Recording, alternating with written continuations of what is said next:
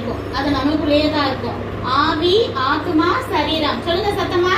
ஆவி, ஆத்மா, சரீரம். அந்த ஸ்பிரிச்சுவல் உடம்புலயும் கண்ணு இருக்கும்.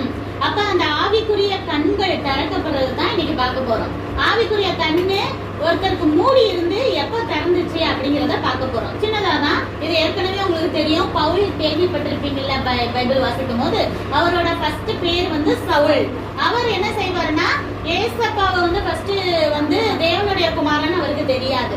அப்ப என்ன செய்யறாரு, ஏசப்பாவை ஏற்றுக்கொண்டு யார் யாரெல்லாம் ஞானஸ்நானம் எடுத்து அவரோட பிள்ளைங்களா இருக்கிறாங்களோ, சபையில இருக்கிறாங்களோ அவங்களெல்லாம் போய் அடிச்சு என்ன செஞ்சிருவாரு, ஜெயில போட்டுருவாரு. இல்லாட்டி கல்லெறிகிறதுக்கு எல்லாத்துக்கும் இவர் தான் ஹெல்ப் பண்ணுவாரு.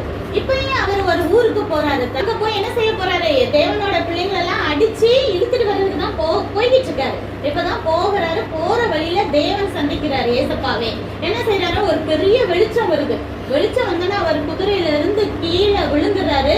விழுந்தோன்ன என்ன சத்தம் கேக்குது, ஏசப்பாவோட சத்தம் கேக்குது. நீ துன்பப்படுத்துற ஏசு நான் தான். எப்படி ஏசப்பாவை துன்பப்படுத்த முடியுமா? ஏசப்பா தான் இறந்துட்டாரு.